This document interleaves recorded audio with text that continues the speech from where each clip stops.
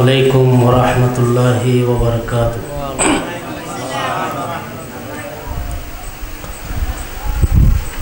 الحمد لله نحمده ونستعينه ونستغفره ونعوذ بالله من شرور أنفسنا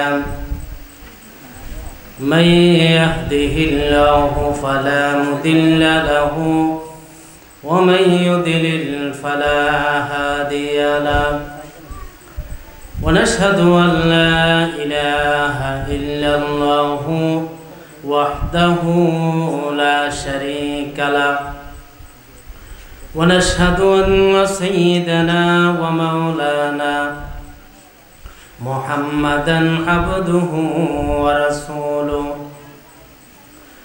أما بعد فقد قال الله تعالى في كلامه المجيد بسم الله الرحمن الرحيم يا بني أقم الصلاة وأمر بالمعروف وانه عن المنكر واصبر على ما أصابك إن ذلك من عزم الأمور ولا تسحر خدك للناس ولا تمش في الأرض مرحا إن الله لا يحب كل مختال فخور.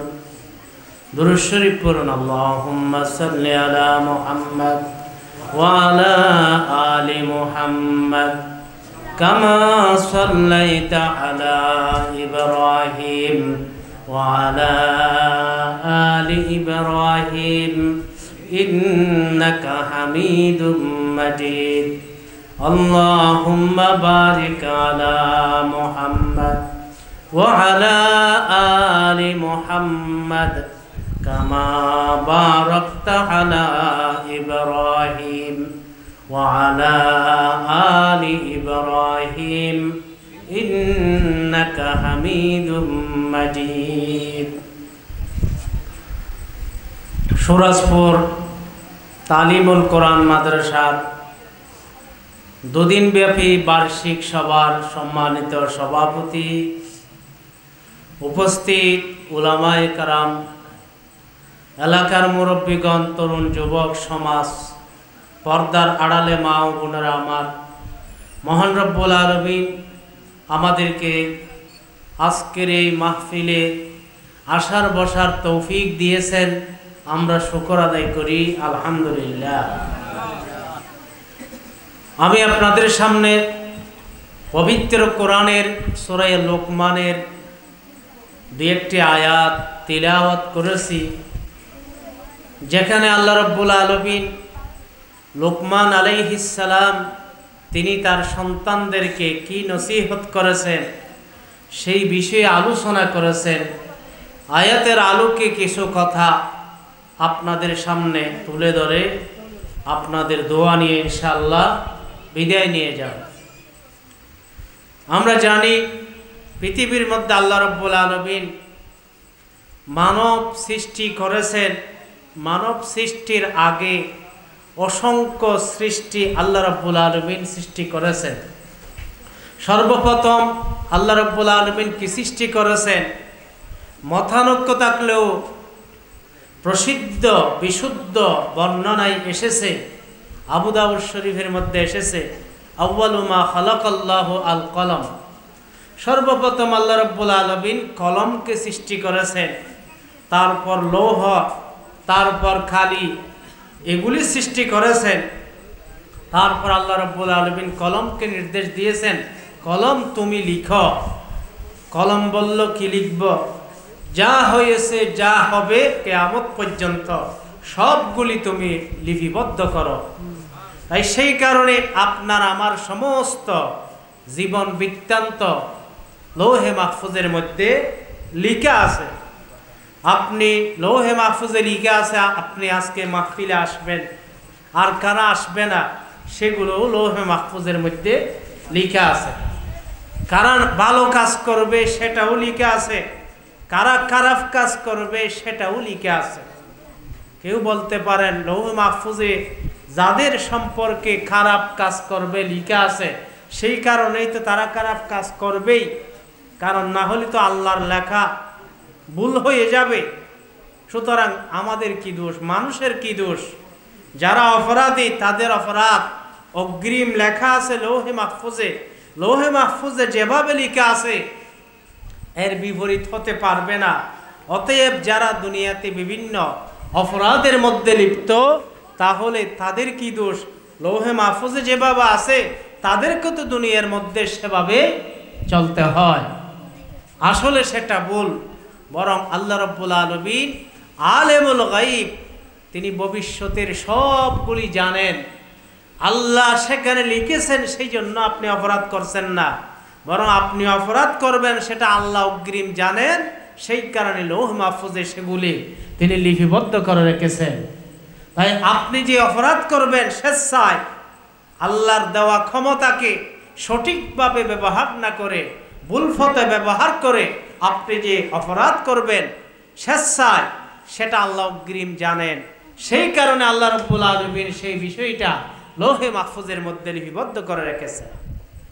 তাহলে এভাবে আল্লাহ রাব্বুল আলামিন এভাবে আসমান জমিন সবগুলি সৃষ্টি করতে করতে কয়েক লক্ষ বছর অতিক্রম হওয়ার পর তারপরে আল্লাহ রাব্বুল আলামিন মানব তথা মানুষ জাতি সৃষ্টির জন্য তিনি সিদ্ধান্ত গ্রহণ করেছেন।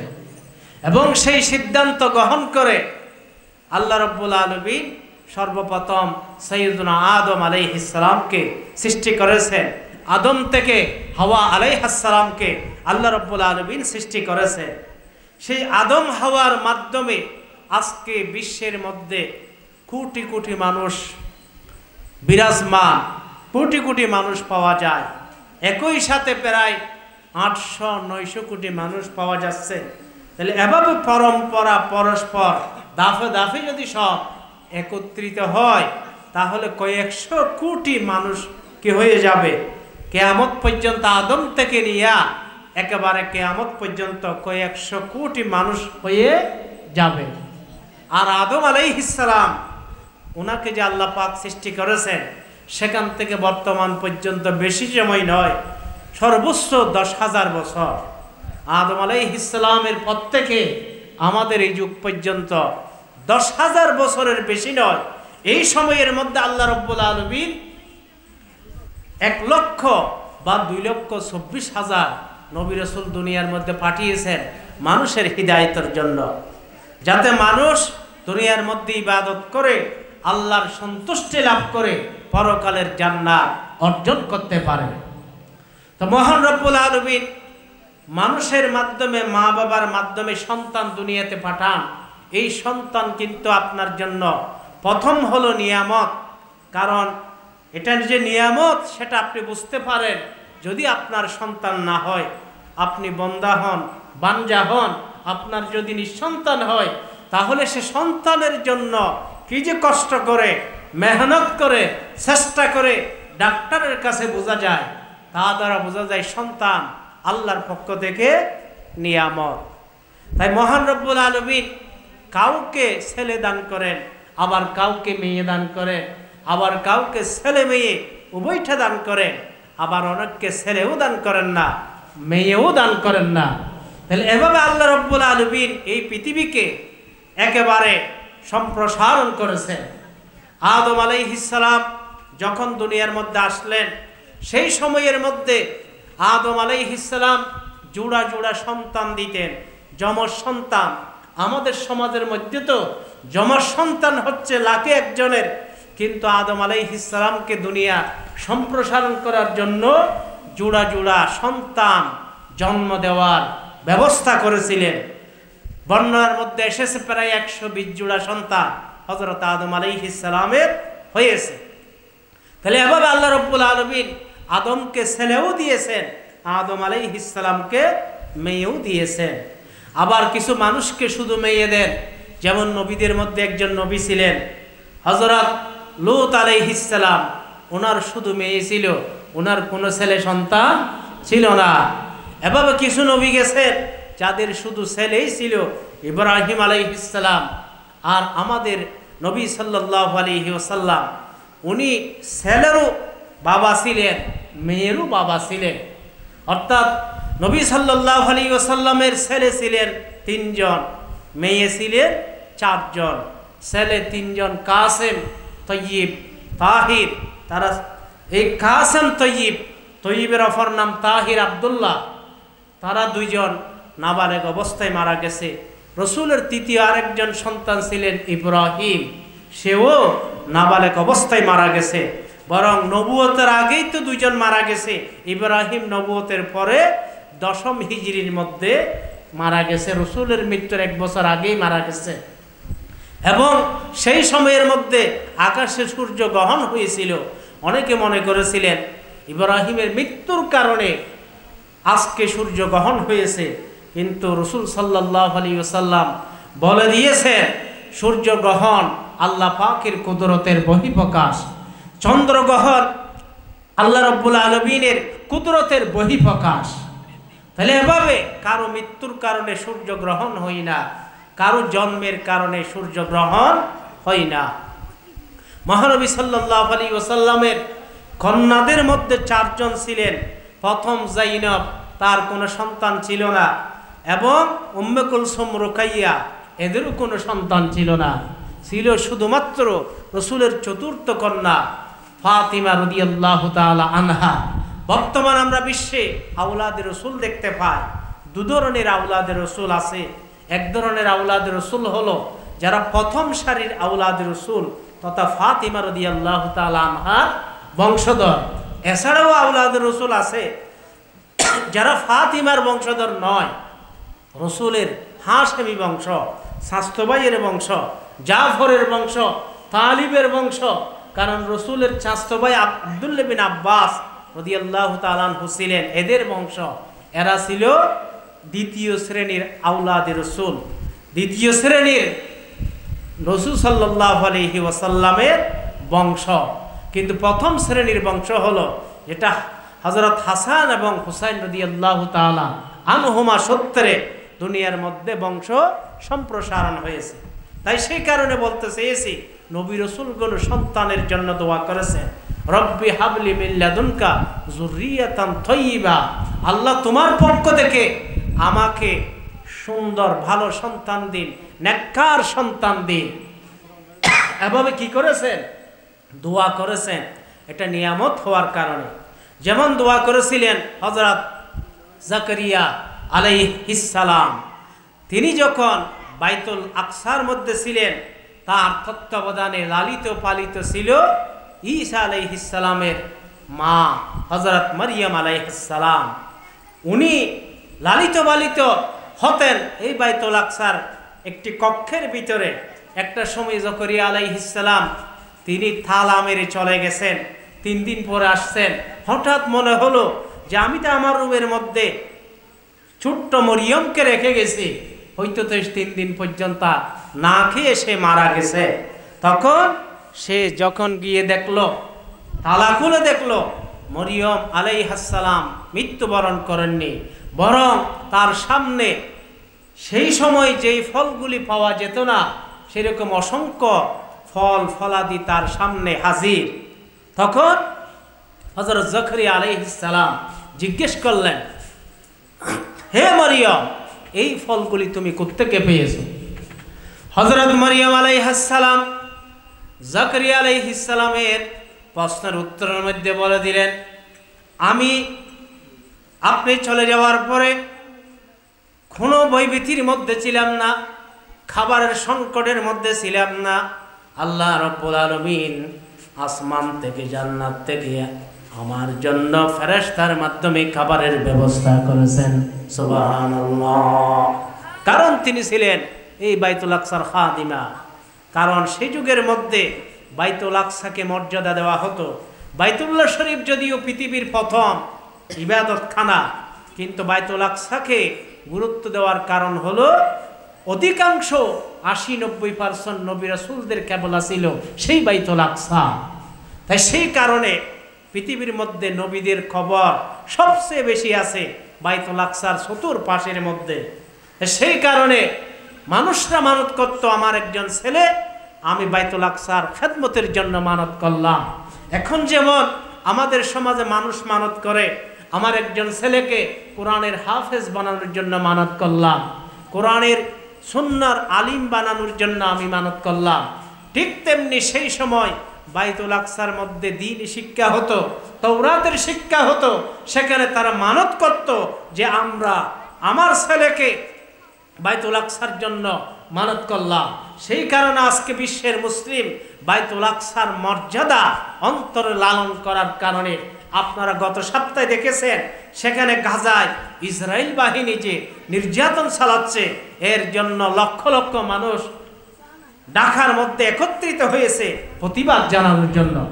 কারণ বাইতুল আকসা এমন একটি মসজিদ যেটা নবী রাসূলগণ নির্মাণ করেছে।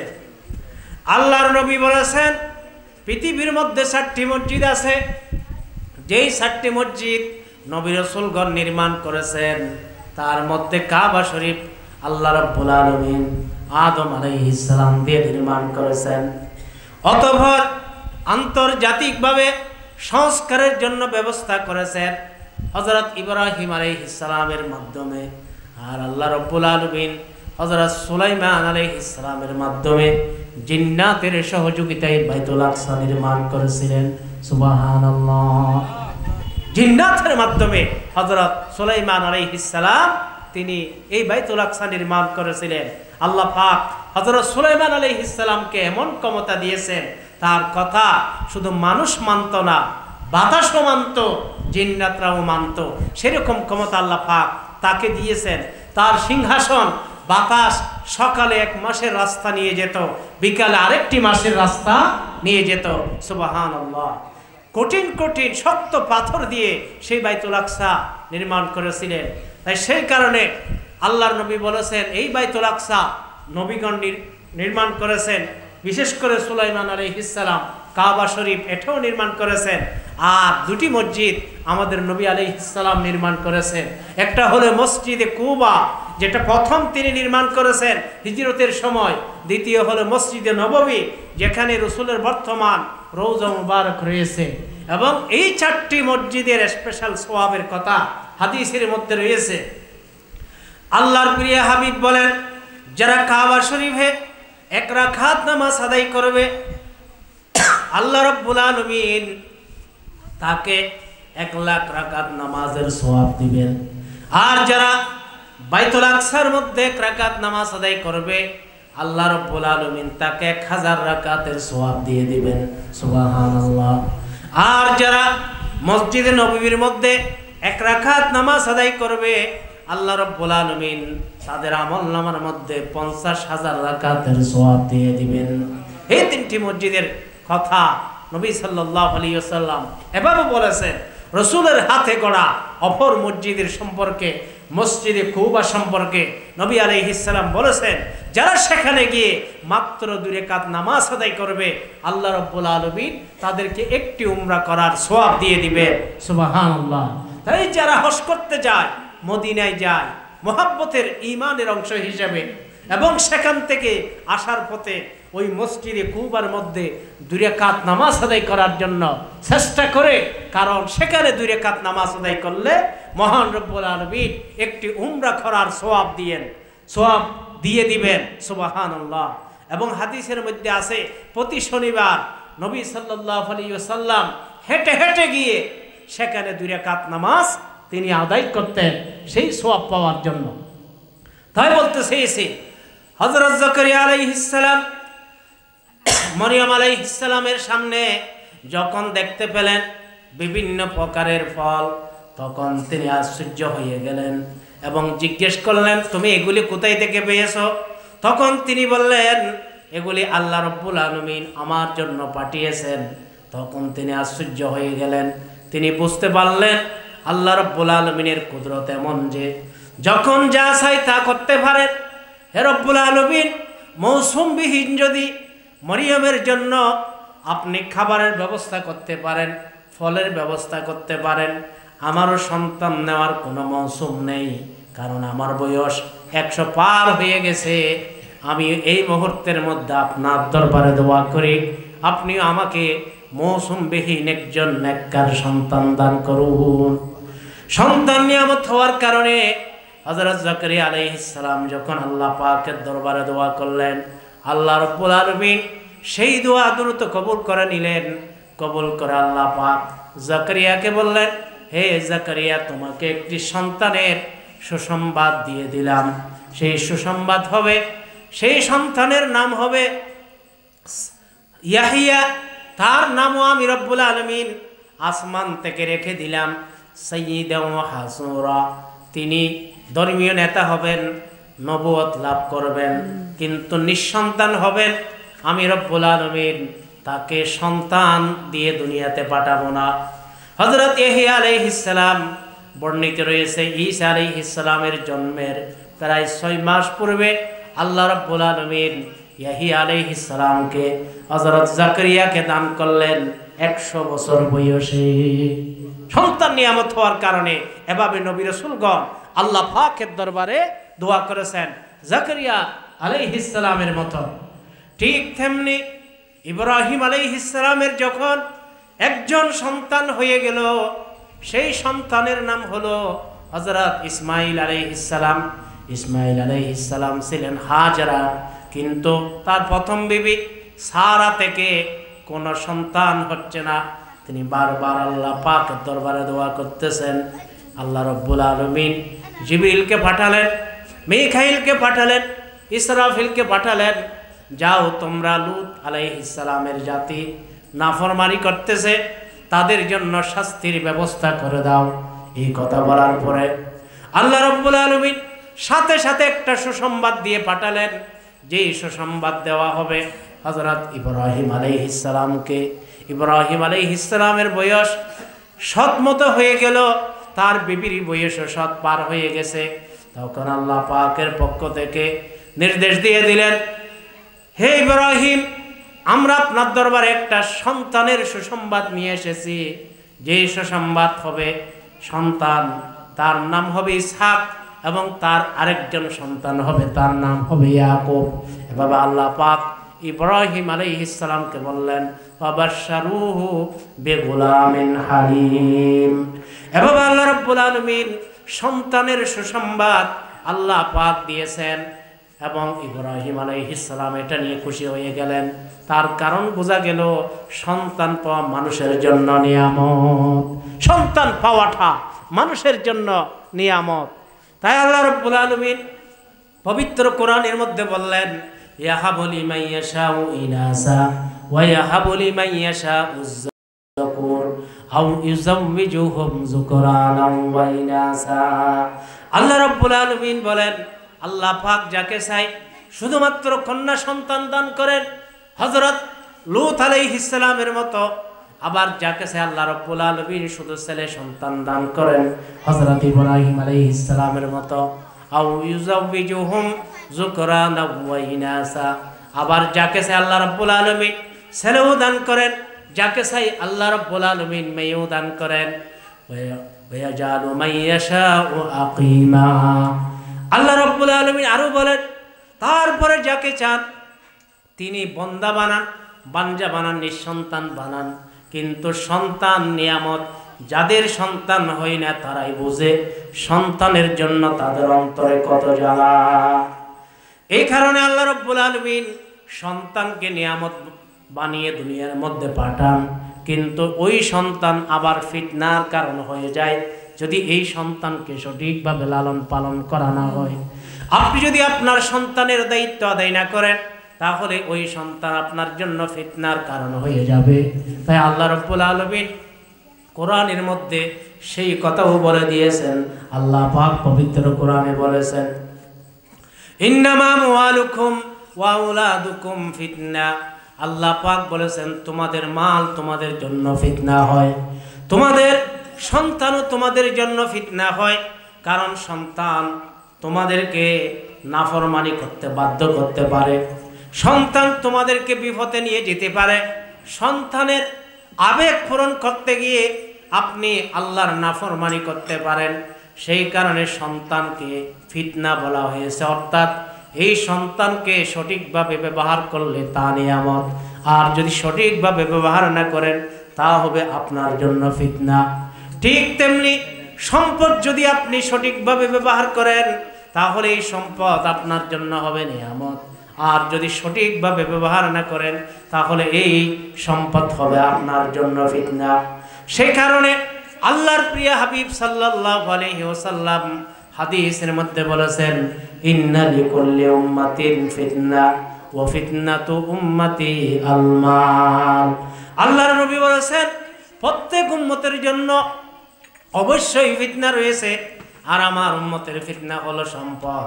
কিন্তু সম্পদকে যদি সঠিকভাবে ব্যবহার করেন তাহলে এই সম্পদ আপনার ফিতনার কারণ হবে না। যেমন হয়নি সাইয়েদুনা উসমান রাদিয়াল্লাহু তাআলা আনহু, ইসলামের তৃতীয় খলিফা, 10 জন সাহাবীকে আল্লাহর প্রিয় হাবিব সাল্লাল্লাহু আলাইহি ওয়াসাল্লাম দুনিয়াতে থাকতে জান্নাতের সুসংবাদ দিয়েছেন।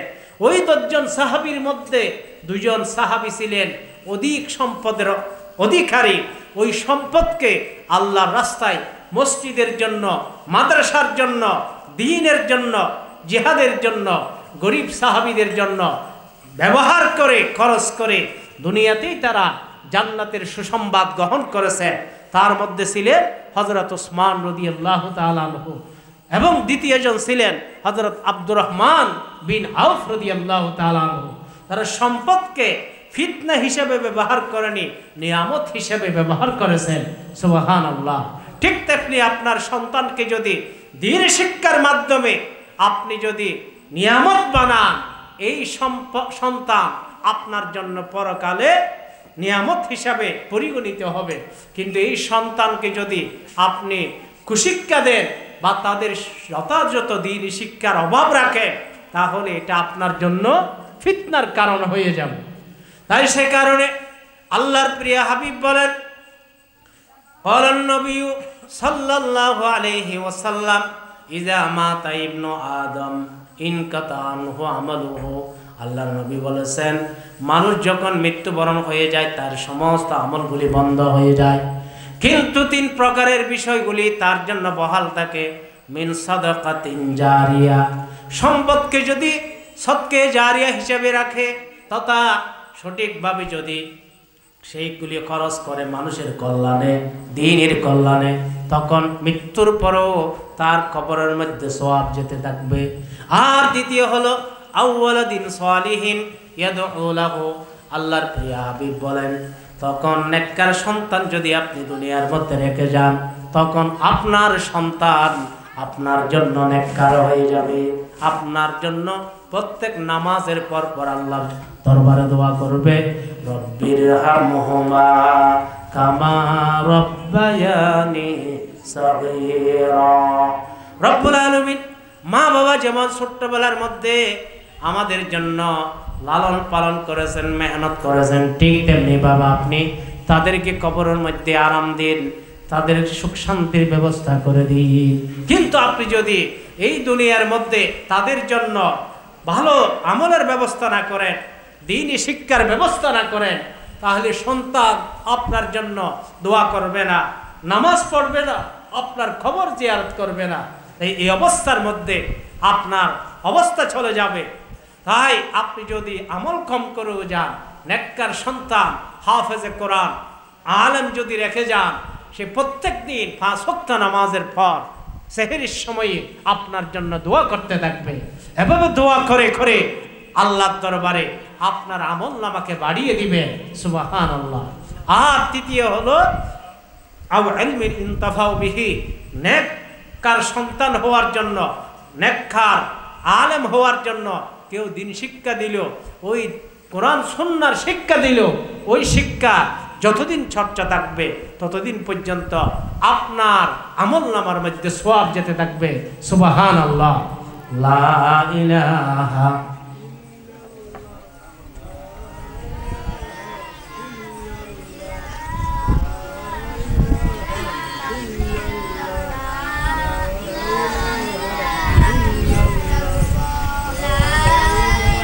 লা ইলাহা ইল্লাল্লাহ, লা ইলাহা ইল্লাল্লাহু মুহাম্মাদুর রাসূলুল্লাহ সাল্লাল্লাহু আলাইহি ওয়াসাল্লাম। একজন সাহাবী নবীর দরবারে এসে বললেন, হে আল্লাহর রাসূল, আমার ছেলে, আমি বয়স হয়ে গেলাম, কিন্তু সে আমাকে দেখাশোনা করে না, আমার খাবারের ব্যবস্থা করে না, খেদমতের ব্যবস্থা করে না। তখন আল্লাহর নবী ওই সাহাবীর ছেলেকে ডাকলেন, বললেন, হে ছেলে, তোমার বাবা তোমার বিরুদ্ধে অভিযোগ করছে, তুমি তাকে দেখাশোনা করো না এবং তার হকগুলি তুমি আদায় করো না। তখন ওই ছেলে বলল, হে আল্লাহর রাসূল, আমি আপনার থেকে জানতে চাই, আমার অবশ্যই হক আছে যেগুলি আমাকে আদায় করতে হবে আমার মা বাবার ব্যাপারে, কিন্তু আপনি আমাকে বলুন মা বাবার কোনো হক সন্তানের জন্য আছে কিনা। তখন আল্লাহর নবী বললেন, অবশ্যই সন্তানের হক যেমন মা বাবার আছে, ঠিক তেমনি মা বাবার হক সন্তানের উপর আছে।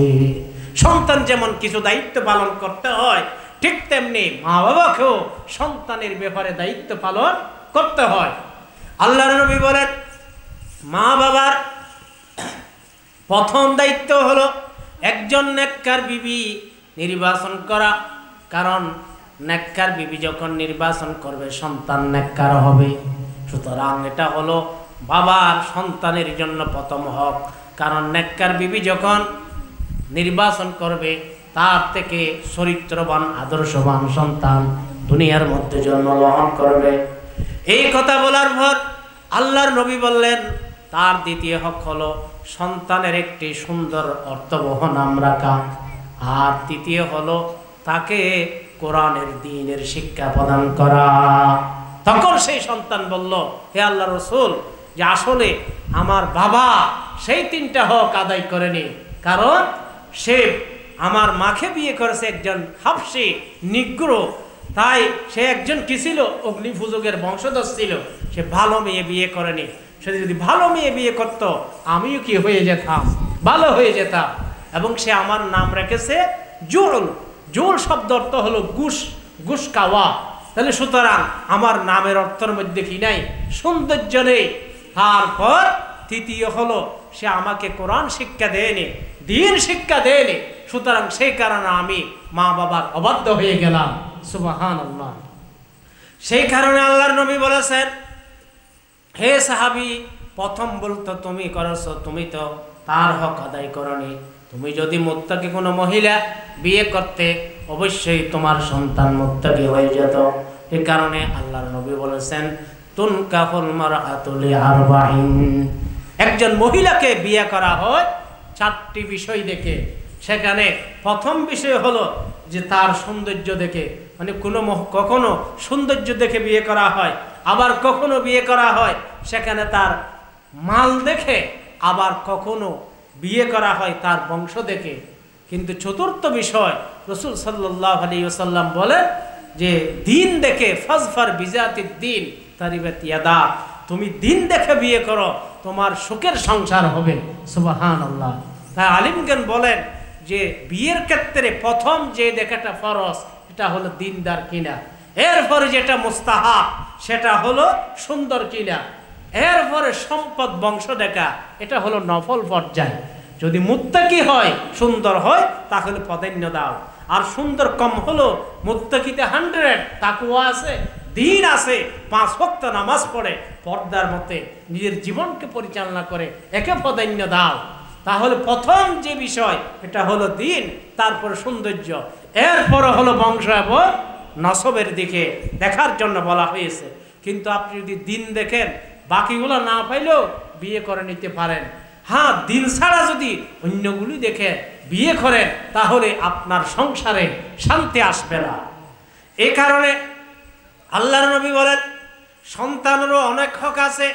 সন্তানের হকের মধ্যে প্রথম হক হলো তার মা দেখার জন্য যখন যাবে, দিনদারকে প্রাধান্য দাও, দিনকে প্রাধান্য দাও, যাতে আল্লাহ রাব্বুল আলামিন তাদের মধ্য থেকে দিনদারে আসে, তাকওয়া আসে। এই কারণে আল্লাহর প্রিয় হাবিব সাল্লাল্লাহু আলাইহি ওয়াসাল্লাম বিয়ের মধ্যে যৌতুক হারাম করেছেন। তার কারণটা হলো যৌতুক যখন হারাম, ওই হারাম মাল যখন আপনি নিবেন, গ্রহণ করবেন, তখন স্বামী স্ত্রীর প্রথম যখন সাক্ষাৎ হবে, হারামের মাধ্যমে সন্তান দুনিয়ার মধ্যে আসবে, হারাম বীর্যের মাধ্যমে সন্তান দুনিয়ার মধ্যে আসবে, তখন এই কারণে মুত্তাকি সন্তান আপনি আর পাবেন না। তাই আল্লাহ রাব্বুল আলামিন বিয়ের ব্যাপারে তাকওয়ার কথা বলেছেন। বিয়েতে 3টি আয়াত পাঠ করা হয়। ইমাম সাহেব বা খতিব সাহেব যখন বিয়ের খুতবা পড়ায় 3টি আয়াত পাঠ করে, ওই 3টি আয়াতের মধ্যে প্রত্যেকটি আয়াতের মধ্যে রয়েছে তাকওয়ার কথা। ইত্তাকুল্লাহ, যেই শব্দ দিয়ে নামাজ ফরজ সেরকম শব্দ আল্লাহ পাক ব্যবহার করেছেন ইত্তাকুল্লাহ। এই 3টি আয়াতের প্রত্যেকটা আয়াতের অর্থ হলো ইত্তাকুল্লাহ। তাহলে বিয়ের মধ্যে তাকওয়ার কথা কেন বলা হয়েছে? কারণ সেখানে যদি যৌতুক নিয়ে বিয়ে করা হয় তাহলে এই বিয়ের মাধ্যমে বরকত আসবে না, শান্তি আসবে না। বিয়ের মধ্যে একটা বিষয়, মোহরানা দেওয়া ফরজ, এটা স্বামীকে দিতে হবে। স্বামীর জন্য আরেকটা সুন্নত, এটা হলো সামর্থ্য মতো ওলিমা করা, বন্ধু বান্ধব আত্মীয় স্বজন প্রতিবেশীদের জন্য আহারের ব্যবস্থা করা। আর মেয়েদের পক্ষে ফরজ নেই, সুন্নত আছে, সেটা হলো কিছু ফার্নিচার সম্ভব হলে দেওয়া সাধ্য মতে। আর মেয়েদের যে বরযাত্রা খাবারের ব্যবস্থা করে, এটা যদি শর্ত করে করলে হারাম। যৌতুক বরপক্ষে যদি শর্ত দেয় যে আমাকে কি করতে হবে, 500 বর খাওয়াই বরযাত্রা গ্রহণ করতে হবে, এটা হারাম। মেয়ে পক্ষ যদি আত্মখুশিতে করে শর্তবিহীন, এটা জায়েজ, সুন্নত নয়। সুন্নত হলো ওলিমা, স্বামীর পক্ষে আহারের কি করা, ব্যবস্থা করা। তাই সে কারণে আল্লাহর নবী বলেছেন ইত্তাকুল্লাহ। এই আয়াত দিয়ে তোমরা বিয়ের খুতবা পাঠ করো যাতে তাকওয়ার মাধ্যমে বিয়ে হয়। আল্লাহ পাক তাই বলেছেন ইয়া আইয়ুহাল্লাযীনা আমানুত্তাকুল্লাহ হাক্কা তুকাতি ওয়া লা তামুতুন্না ইল্লা ওয়া আনতুম মুসলিমুন। এই আয়াতটা বিয়ের খুতবায় পাঠ করা হয়। ইয়া আইয়ুহান নাসুত্তাকু রাব্বাকুম, এই আয়াতটা পাঠ করা হয়। ইয়া আইয়ুহান নাসুত্তাকুল্লাহা ওয়া কুলু কাওলান সাদীদা, ইয়া আইয়ুহাল্লাযীনা আমানুত্তাকুল্লাহ ওয়া কুলু কাওলান সাদীদা। তাকওয়ার আয়াতগুলি পাঠ করার উদ্দেশ্য, প্রথম এই বিয়ের মধ্যে যেন আপনি সন্তানের হক আদায় করেন। আপনি যদি যৌতুক গ্রহণ করেন, সন্তানের হক আদায় করেননি, এবং মুত্তাকি মহিলা নির্বাচন করার পর সন্তান যখন দুনিয়ার মধ্যে আসবে তখনও সন্তানের হক, প্রথম হক হলো একজন মুত্তাকি দিনদার মানুষদের মাধ্যমে তাকে মিষ্টি মুখ করা, তাকে একটু কি করা, মধু খাওয়াই দেওয়া, অথবা কি করা, এভাবে এখানে তাহানিক বলে। এরপরে ডান কানে আজান, বাম কানে কি দেওয়া, একামত দেওয়া, অর্থাৎ জন্মের সাথে সাথে তার মধ্যে ইসলামকে প্রবেশ করিয়ে দেওয়া। এরপরে যখন 7ম দিন হবে তার মাথার চুল পরিষ্কার করবে, চুলের পরিমাণ রুফা সদকা করা। এখন টাকা সদকা করা হয়, টাকা দেন, 2-3 হাজার টাকা দেন এভাবে। এবং 7ম দিনে একটা সুন্দর নাম রাখা। নবী আলাইহিস সালাম বলেন, হে আমার সাহাবায়ে কেরাম, তোমরা তোমাদের নামগুলি যেগুলি জাহিরি যুগের মধ্যে ছিল, যেগুলোর অর্থ খারাপ, সেগুলি পরিবর্তন করে দাও। এভাবে হাজার হাজার সাহাবায়ে কেরাম মুশরিকদের নামকে পরিবর্তন করে দিয়েছেন। এবং আল্লাহর নবী বলেছেন, তোমরা তোমাদের সন্তানের নামকে সুন্দর করে রাখো, কারণ কিয়ামতের দিন আল্লাহ রাব্বুল আলামিন তোমাদের নাম তোমাদের বাবার নাম দিয়ে ডাকবে। যদি নামের অর্থ খারাপ হয় সকলে বুঝতে পারবে, তখন মানুষ হাসাহাসি করবে। এ কারণে সুন্দর নাম রাখা এটাও সন্তানের হক। সন্তানের হক একটা আরবি নাম রাখা বা সুন্দর নাম রাখা। হাদিসে আছে সুন্দর নাম আব্দুল্লাহ, আব্দুর রহমান, এগুলা হলো সুন্দর নাম। মোহাম্মদ, এগুলা হলো কি সুন্দর নাম। তাহলে আপনাকে দেখতে হবে এই নামের অর্থ সুন্দর আছে কিনা, কোরআন হাদিস মতে সহি আছে কিনা, এবং এই নামের অর্থ কোনো খারাপ আছে কিনা, এগুলো দেখতে হবে, যাতে এই নামগুলি, এই নামের একটা প্রভাব মানুষের মধ্যে থাকে। হযরত থানবী রহমতুল্লাহ আলাইহির দরবারে এক বাচ্চা আনা হলো যে হুজুর, এই সন্তানটা নিয়মিত ক্রন্দন করতে থাকে, কোনো সময় ক্রন্দন বন্ধ করে না। হয়তো জিজ্ঞেস করলেন এই ছেলের নাম কি, নামটা কি শিশুটার? হয়তো তার নাম হলো রমনা। তখন তিনি বললেন, রন্না শব্দের অর্থ হলো ক্রন্দন করা, তা আপনি নাম রেখেছেন ক্রন্দন করা, এই কারণে তো সে ক্রন্দন করতেছে, সেই কারণে নাম যত সুন্দর হবে, অর্থ যত সুন্দর হবে, ঠিক তেমনি এই নামের প্রভাব সন্তানের মধ্যে তত বেশি পড়বে। এবং এরপরে সপ্তম দিন হওয়ার পরে ছেলে আস্তে আস্তে বড় হবে। 7 বছর পর্যন্ত প্রাকৃতিক বিষয়গুলি শিক্ষা দেওয়া এটা অত্যন্ত জরুরি। 7 বছর হয়ে গেলে, আমাদের দেশের মধ্যে 5 বছরের পর থেকে দিনই শিক্ষা দেওয়া হয়। কেন? তার কারণটা হলো 7 বছরের পর থেকে তার উপর বিভিন্ন দায়িত্ব এসে যায়। হাদিসের মধ্যে আছে, আল্লাহর নবী বলেছেন, মুরু আওলাদাকুম বিসসালাহ ওয়া হুম আবনাউ 7 সিনিন, তোমরা তোমাদের সন্তানদেরকে 7 বছরের পর থেকে নামাজের শিক্ষা দাও, যাতে সে নামাজ আদায় করতে পারে। আর 10 বছর হয়ে গেলে তখনও যদি নামাজ না পড়ে তাকে প্রহার করো। 10 বছর হয়ে গেলে রোজা রাখার জন্য তাকে অভ্যস্ত বানাও, এবং 10 বছর হয়ে গেলে বিছানাকে পৃথক করে দাও। বিছানাকে পৃথক করে দাও।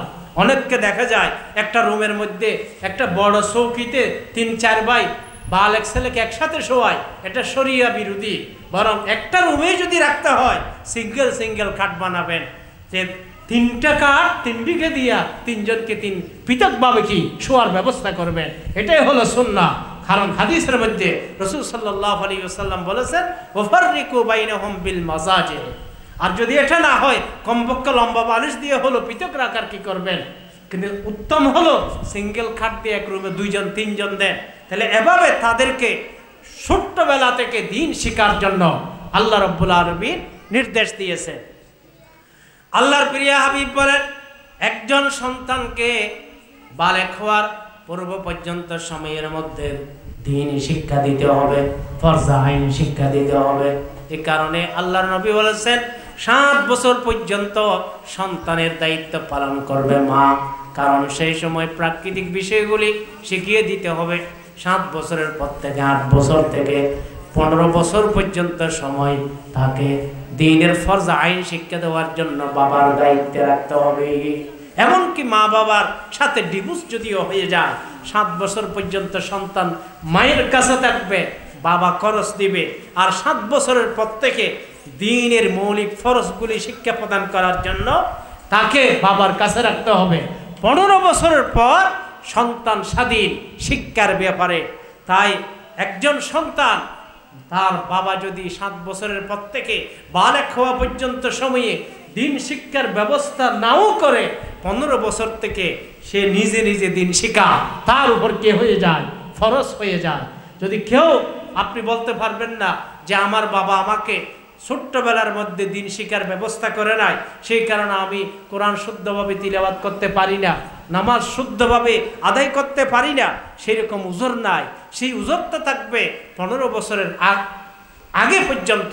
কিন্তু 15 বছরের পর অবশ্যই অবশ্যই আপনাকে আপনার ফরজগুলি শিখা আপনার উপর দায়িত্ব হিসেবে এসে যাবে।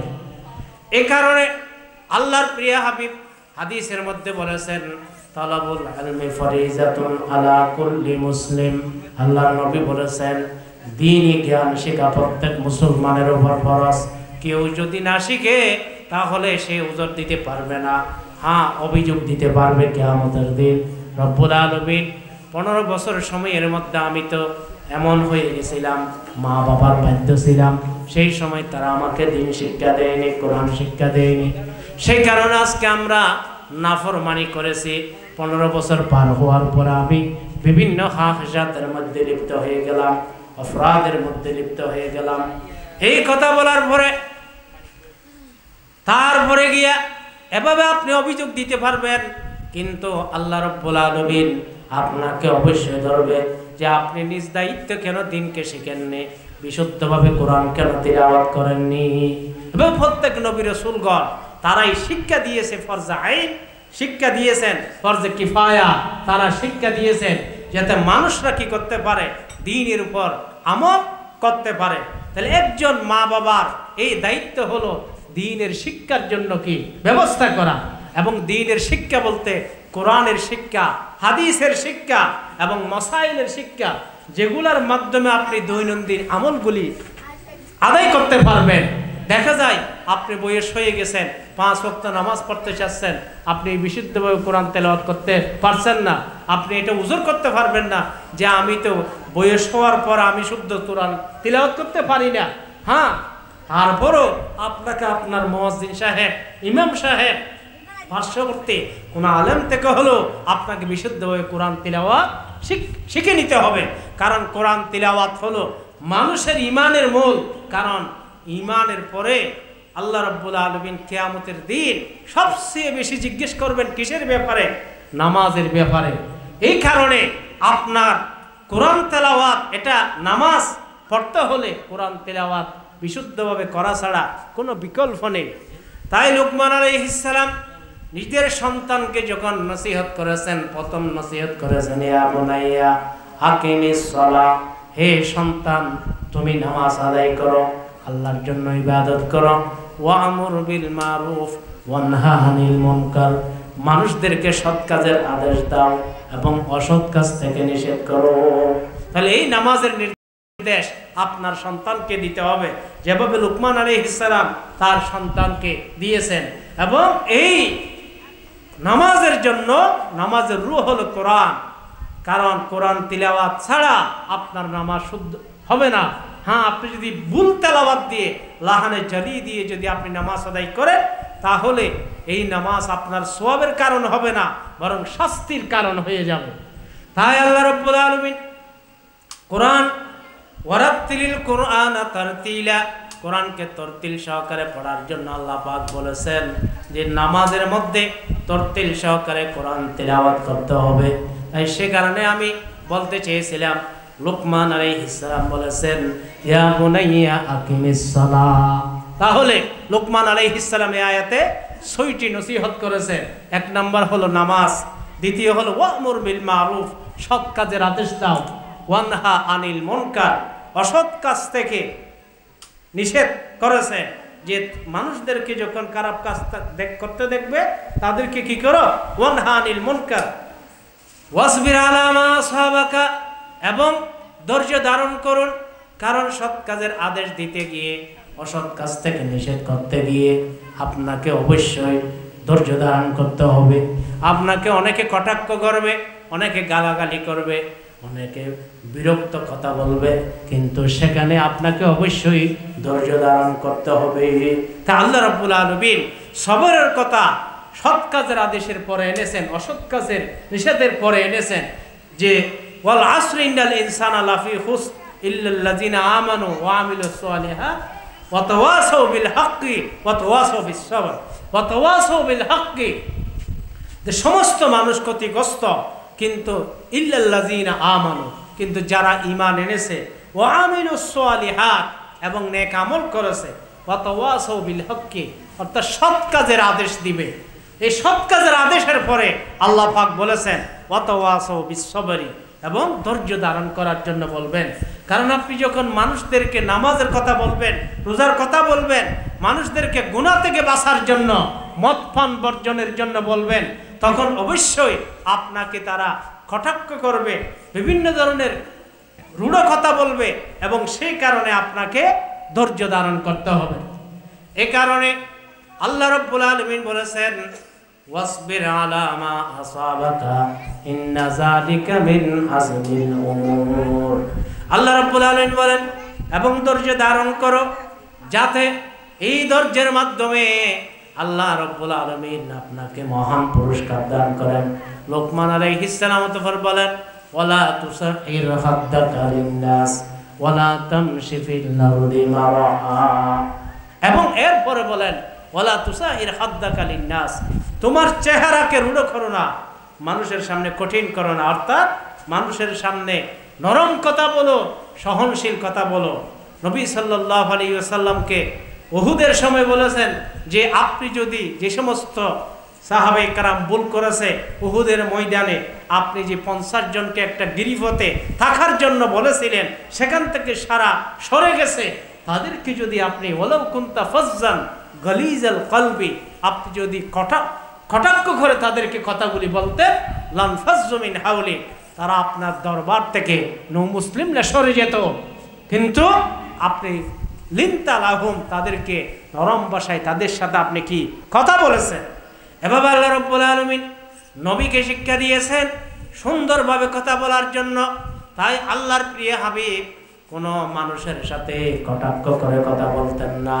তাই আলিমগণ বলেন আপনি আপনার সন্তানকেও কটাক্ষ করে কথা বলবেন না, বরং তাদের সহিত বিনয়ের সহিত সুন্দরভাবে তাদেরকে নসিহত করবেন।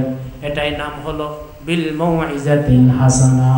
এটাকে বলা হয় মাউইজাতুল হাসানা, অর্থাৎ সুন্দরভাবে আপনাকে কি করতে হবে, সেগুলি বলতে হবে। তাহলে এভাবে হযরত আনাস রাদিয়াল্লাহু তাআলা আনহু রাসূলের খাদিম ছিলেন। তিনি বলেছেন আমি 10 বছর খেদমত করেছি বিশ্বনবী সাল্লাল্লাহু আলাইহি ওয়াসাল্লাম। তিনি কখনো আমাকে তিরস্কার করে কথা বলেননি, বরং সব সময় তিনি কথা বলেছেন আমার সাথে বিনয়ের সহিত। অর্থাৎ কোন একটা যদি আমার অপরাধ হয়ে যায় তখন তিনি বলেন নাই এটা কেন করেছো বা কেন করো নাই, বরং জিজ্ঞেস করতেন তুমি কি এই কাজটা করেছো, না করলে এখন করে আসো। হযরত আনাস রাদিয়াল্লাহু তাআলা আনহু বলেন এক সময় রাসূল আমাকে একটা কাজে পাঠাইলেন, আমি অন্য বাচ্চাদের সাথে খেলায় মগ্ন হয়ে গেলাম। যখন খেলায় মগ্ন হয়ে গেলাম তখন রাসূল সাল্লাল্লাহু আলাইহি ওয়াসাল্লাম এসে আমাকে ধরলেন এবং বললেন যে তুমি কি কাজে যাও নাই? না আমি যাই নাই। তাহলে তুমি এখন যাও, কিন্তু আমাকে কেন করছো বা কেন করনি এভাবে তিনি কটাক্ষ করে আমাকে কখনো ধমক দেননি। তাহলে এখান থেকে শিক্ষা, আপনার সন্তানকেও এভাবে আদর করে কথা বলতে হবে, তাদেরকে নসিহত করতে হবে হিকমতের সহিত, যাতে আপনার সন্তান এটা নেককার সন্তান পরিণত হয়, আপনার মৃত্যুর পরও এটাই যেন আপনার জন্য সদকে জারিয়া হয়ে যায়।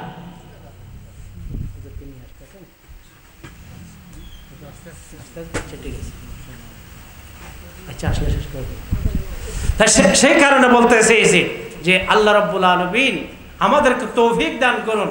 লোকমান আলাইহিস সালাম যেমন ভাবে সন্তানের ব্যাপারে নসিহত করেছেন, ঠিক তেমনি এভাবে আপনাকেও আপনার সন্তানের ব্যাপারে সতর্ক হতে হবে যে আপনার সন্তানকে ডাক্তার বানান, ইসলামে বাধা নেই। আপনার সন্তানকে ইঞ্জিনিয়ার বানান, ইসলামের মধ্যে বাধা নেই। কিন্তু কমপক্ষে মাধ্যমিক স্তরের, আমি বলে থাকি 8ম শ্রেণী পর্যন্ত আপনার সন্তানকে দ্বীনি শিক্ষা দেন, যাতে আপনার সন্তান বড় হওয়ার পর, ডাক্তার হওয়ার পর নাস্তিক না হয়, ইঞ্জিনিয়ার হওয়ার পর নাস্তিক না হয়। কারণ আপনার সন্তান যখন ফরজ আইনগুলি শিখবে তাহলে পরবর্তী কালের মধ্যে তার জন্য দ্বীনের উপর চলা সহজ হয়ে যাবে। আল্লাহ রাব্বুল আলামিন আমাদের সকলকে তৌফিক দান করুন। ওয়া আখিরু দাওয়ানা আলহামদুলিল্লাহি রাব্বিল আলামিন। আমরা ধৈর্য ধারণ করে বসি এবং আলহামদুলিল্লাহ আমাদের আপনাদের সুপরিচিত বক্তা নুরুল কাদের শাকির সাহেব খুব সুন্দর কণ্ঠে বয়ান করবেন। আমরা যারা পতাকাটা আছে আমরা হাজির হয়ে যাই ইনশাআল্লাহ। শেষ মুনাজাতের মাধ্যমে আপনারা এখান থেকে যাবেন।